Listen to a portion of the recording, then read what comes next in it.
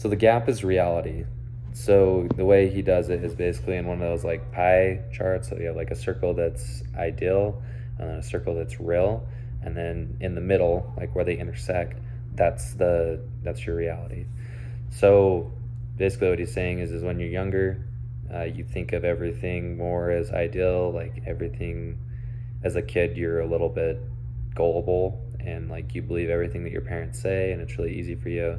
And then as you get older and you start to realize things and you develop more, then you start to become more on the real side. And then faith becomes hard because it's not exactly, it's faith, so it's a lot of belief. And as we learn more, it is harder to believe if the evidences that we find either go with or go against the idea that we're trying to support. So he talks about three different levels within this. So level one is when it's kind of those people in the church that don't really, it's like the ones that wake up and they're like, oh yeah, every day, like the church is great, like there's no issues with the church, like my mission was the best thing ever, every day is a better day. And they're just kind of like stuck on they're either stuck on the ideal side or they're either stuck on the real side. But either way, they don't have a deeper understanding of like their beliefs, or they don't really have a good grasp on the gap. They're just on one side of those circles. Level two is where they can at least see things as they really are, both the real and the ideal, and only then they can start to deal with reality in a constructive way.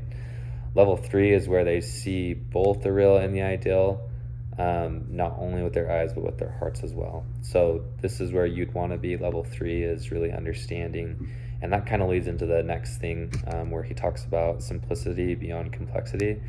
So the way that he basically illustrated the point is when you're starting out, things are very simple, but then as you start to dig into things, they become more complex, and that's where a lot of people get stuck, is in the complex part.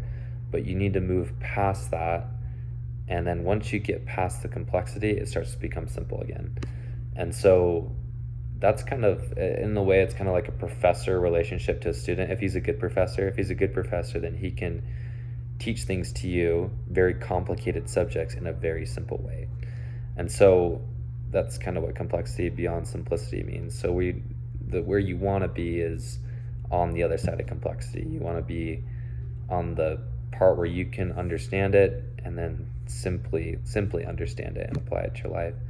And then the suggestion that I liked that he talked about was that the internet is not a good source of information. There's a lot of stuff out there that'll obviously is against the church. And so just when reading articles and stuff, even though it might seem factual, there might be a lot of bias, in the stuff that you're researching. So just making sure that using good resources to figure out your answers to questions and to be able to really deal with the ideal and the real in the most constructive way is where you want to be. So